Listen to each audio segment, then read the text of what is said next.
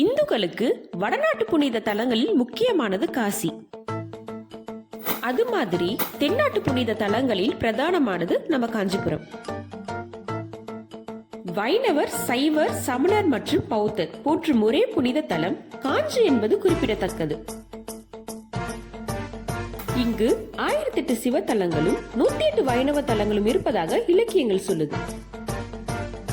இவற்றில் சொற்ப அளவுதான் இன்று உள்ளன என்றாலும் பல தொன்மையான பாடப்பெற்ற கோவில்கள் இன்னும் உயிரோட்டத்துடன் தான் இருக்கு.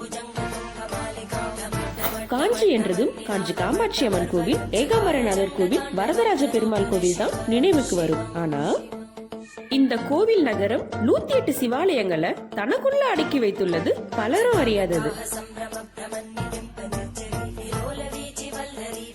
அவை பிரம்மபுரீஸ்வரர், தேவனேஸ்வரர், புண்ணியகூட்டீஸ்வரர் என தொடங்கி சித்தீஸ்வரர், முத்தீஸ்வரர், நகரீஸ்வரர் உள்பட மதங்கேஸ்வரர், கடகேஸ்வரர், கங்கனேஸ்வரர் என 108 சிவாலயங்களுக்கு நடுவில் தான் காஞ்சிபுரம் நகரமே அடங்கியிருக்கு.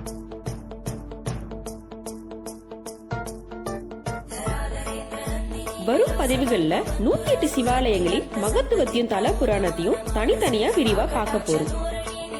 பிரம்மபுரீஸ்வரர் கோவில்ல தொடங்க போற நம்ம பயணத்துல தொடர்ந்து எங்களோட பயணிக்கவும் 108 சிவாலயத்தை நேரில் தரிசித்த அனுபவம் பெறவும் உலகறிவும் சேனல்ல சப்ஸ்கிரைப் பண்ணிக்கோங்க. லைக், ஷேர் மற்றும் கமெண்ட் மூலியமா உங்க ஆதரவை தெரிவியுங்க.